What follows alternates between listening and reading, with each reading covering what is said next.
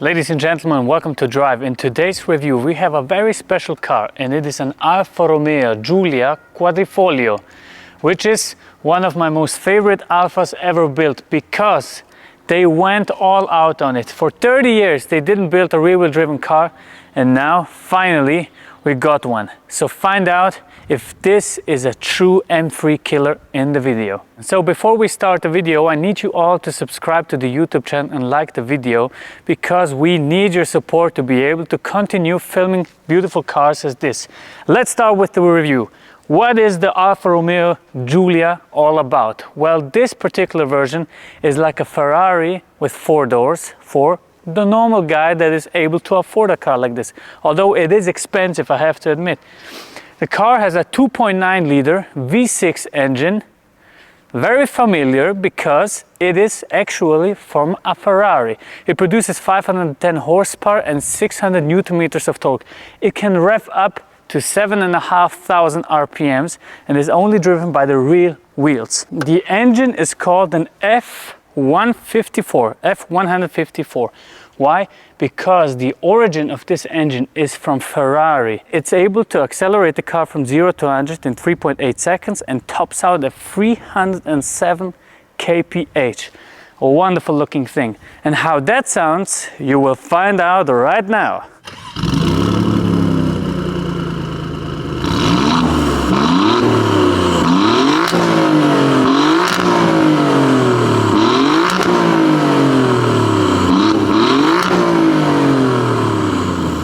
Let me tell you what the Italians are the best in doing. It's fashion. So starting with the key, we have this wonderful carbon fiber plus the Italian flag imprinted on the key itself. Coming to the car, as you can see from the front, it is very charismatic. It has a lot of character. This wonderful looking front air intake with those nice looking air intakes on the side. Down here, the carbon fiber splitter here, and then this wonderful bonnet which is also carbon fiber.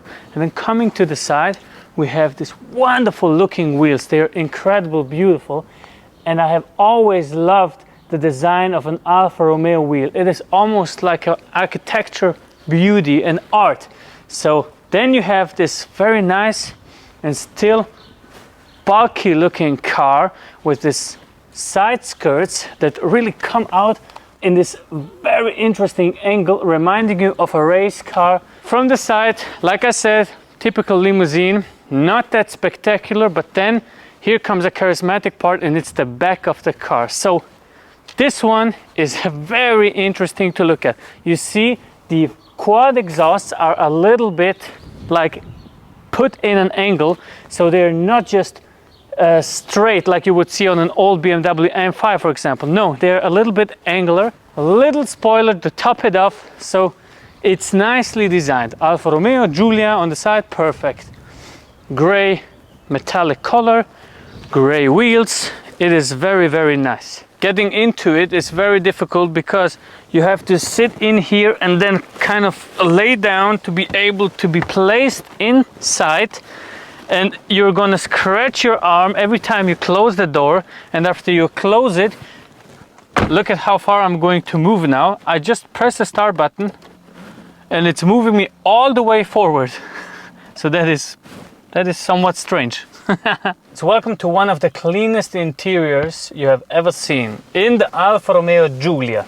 So first of all, the first thing you notice is this wonderful steering wheel covered in leather Alcantara plus carbon fiber parts.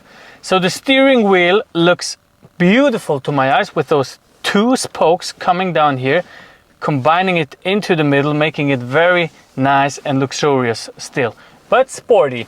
The Alfa Romeo sign is in a silver black tone, as you can see, and what you notice instantly is those incredible big aluminum pedal shifters. When you turn into a corner, for example, like that, you return, you have to put the gear into the higher position and turn into the next corner. You can do it from here, for example.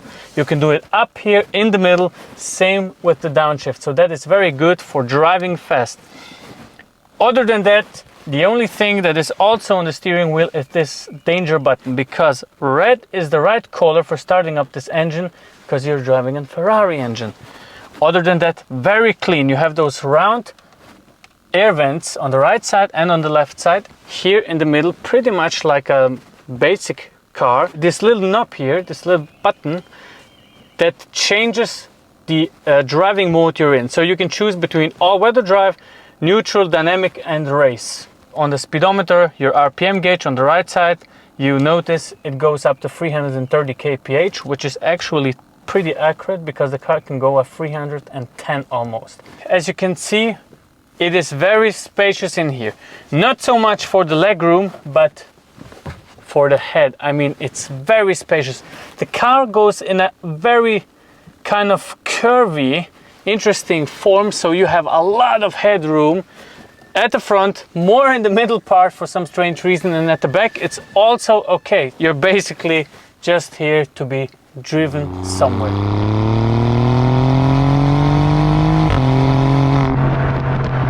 Very nice to drive. Wonderful 6-cylinder, sounding also wonderful, very beautiful, and nothing out of the ordinary.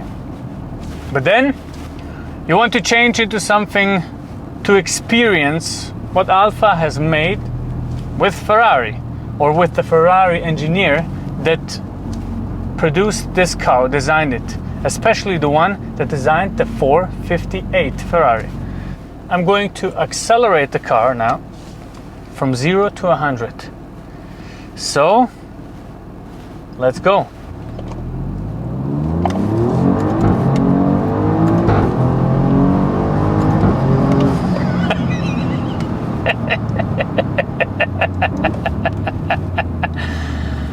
Well, that was probably a little bit faster, but I'm not going to admit a crime.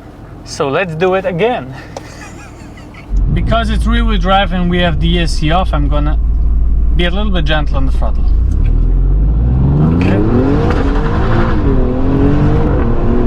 Yeah, we'll spin all over the place.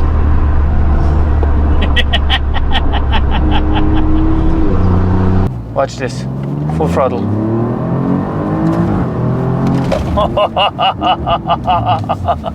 And the brakes are also insane, man. That's 0.66 G while accelerating. The steering wheel feels very good. We have a ZF automatic gearbox, 8 gears, and everything feels nice.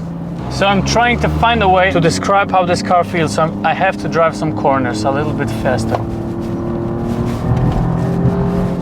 The front wheels are understeering a little. The tires should have temperature, and the weight distribution is a little bit more in the front, of course. But still, the car should be able to behave well. When accelerating, you feel that the rear wheels, they want to slide.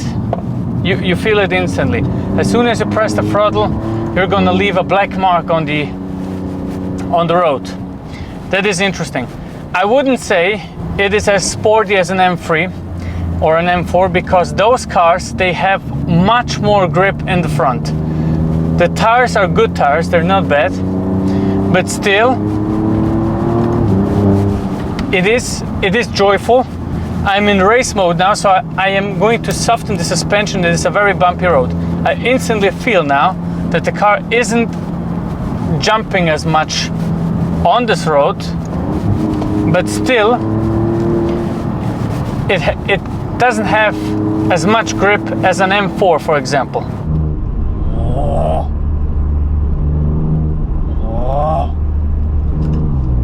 Very powerful Ferrari engine. Incredible speed of the ZF automatic shifting and incredible linear acceleration. So it's very, very good to calculate. It's not surprising you. It is, as soon as the boost is here, you understand what the car is going to do. You can beat a lot of cars with it, but there are some things you couldn't beat, and it's an M3, for example. But the cornering, I have to admit, it is by no means slow, but the acceleration though, I mean, when I step on the throttle now,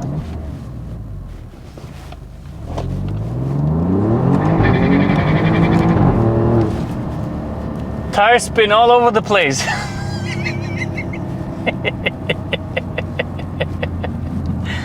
I love it. Let me turn here and accelerate a little.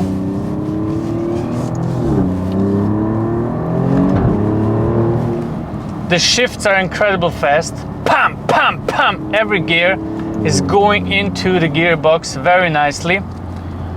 No interruptions at all. Nothing strange. Nothing that would make you insecure. So in front of me is a big lorry, like a tractor, and I have to overtake a bunch of cars that are in front of me. So what I'm gonna do now is I'm gonna wait for an opening, second gear, and let the Ferrari engine do its work. Nobody dares, but I do. This is the reason you need a fast car. This is it.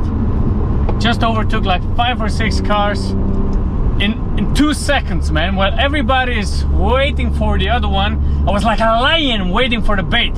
And as soon as I got it, 2 gears, a little bit of rear wheel drive, slipper edge down there, but hey, I absolutely love it when a car can do just fast accelerations out of nothing, like whoom! Woo! This is very nice. I really do love this. I mean, how fast was that, man? Did you catch it? Did you catch it? Well, that was basically it. Just wanted to show you how to overtake cars. 4th gear. Such a good throttle response, just like in a Ferrari. That is the one thing that above every other car, I like the aggressiveness of the throttle when driving a Ferrari. And I'm sitting in an Alfa Romeo Giulia and I'm comparing it to a Ferrari. How awesome is that? All in all, the car is a wonderful piece, really. It is something different, something unique, something you don't see every day on the road. It accelerates incredible. It drives over 300 kph, 307 to be exact. It is a light car, 1,650 kilos. It can be a very competitive car to the M3 and C63 from 2015. Not so much the latest model. And if you want one of these, you can choose between a manual gearbox and this 8-speed automatic. I personally would take the manual gearbox because this is really a driver's car. It is to enjoy. You're not going to be the fastest. You're not going to beat all the other cars in that particular range, but you're going to be a unique one and you're going to make a great impression when arriving with this 4-door saloon Ferrari. So with that said, thank you for watching. Subscribe. Last acceleration.